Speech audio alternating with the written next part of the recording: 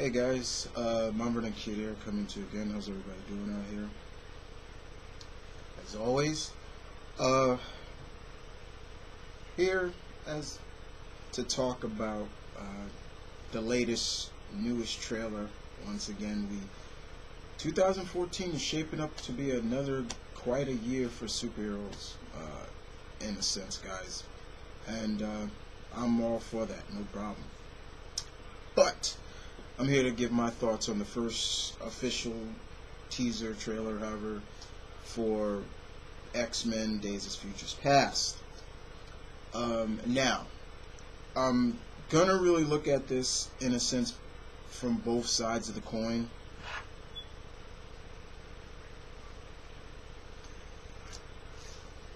Yeah. I'm looking at it from both sides of the coin, guys.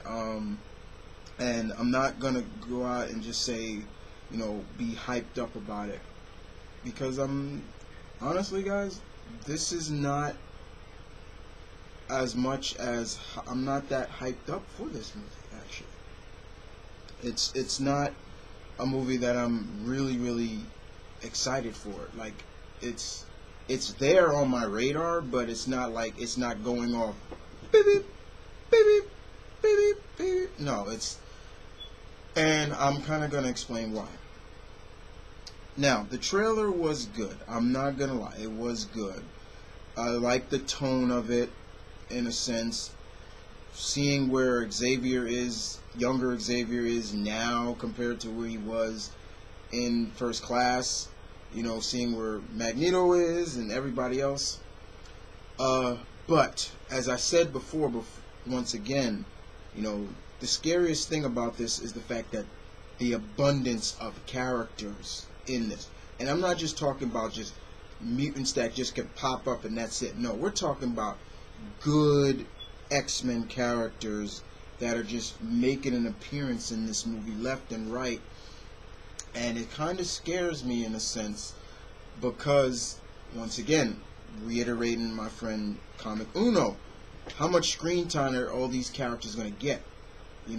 Is this just more of another Wolverine-esque movie, just with that X-Men title slapped onto it, compared to the first three movies? Correct? And the other factor is because of the fact this is a storyline that is a major important storyline in a sense, but also a beloved storyline. This is Days of Futures Past, people, we're talking about. This is a storyline that is considered by many one of the top 25 most greatest Marvel storylines ever. If you've never read this storyline, it took place in Uncanny X-Men 144 to 142. It was showcased disoriented storyline of world. They classified it now as Earth 111, where mutants are in concentration camps. This is the same universe where Rachel Summers comes from. Nimrod comes from. People like this. This is a storyline where an older Kitty Pryde transferred her mind into her younger self to warn the X-Men. But in this, they flipped it. Now it's Wolverine being transferred, his mind being transferred to his younger self. Now, Bryan Singer said the reason why is because Wolverine is ageless. Alright, I'll accept that. But right there, there'll be some people that will say, hey man, you screwed up the storyline because Kitty played a major role in this storyline.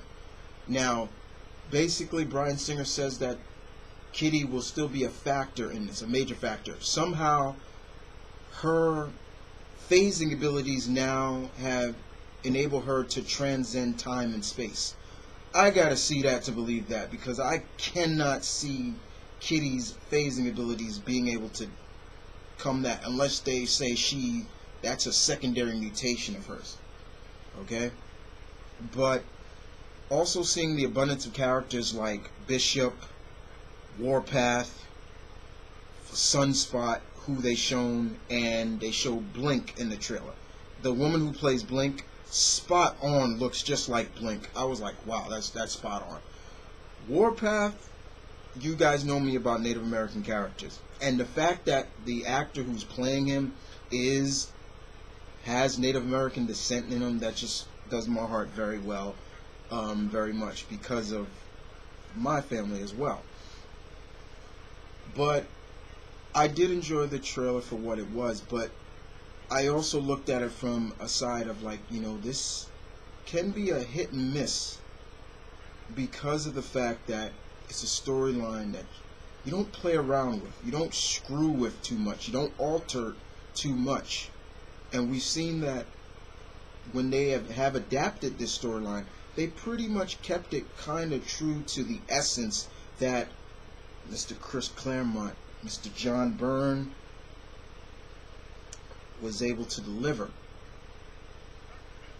So, in a sense, it can play a lot. But I did like the tweaks of, the trailer of having, Wolverine. You see him with his streaks of gray, which was great. The black type armor now suits this world a lot better than suiting it in the modern time, in the previous movies. I'm just really wondering how much screen time is going to be placed on each character. Seeing Bobby and Rogue and everybody come back for praise their roles is fine to me. I trust Bryan Singer. I do trust him, but there is a small part of me that's kind of like, kind of will back up a little bit, like, but there is another part of me that's just like, okay, Bryan, let's see what you got. Let's see what you can bring back to the table once again, back in the X-Men world. We did get to see Boulevard Trask, and that was fine. And but the biggest thing I think for all of us, in a sense, guys, is we want to see a full product of those Sentinels moving around. That's one thing I think we all want to see. And that's something, once again, one more trailer for me, and I'm fine. But they have to really explain a lot. For example, how Xavier survived after Last Stand, because everything connects in this. How Kitty is now her powers are able to do time travel. That's something. What happened to Xavier? Younger Xavier. I mean, at first it looked like in First Class he was comfortable with what he is and things like that. It seems like he went through a really great depression and kind of got really wigged out into the 70s. Just saying. Just a lot of things that need to be answered. But I'm not saying, guys, that I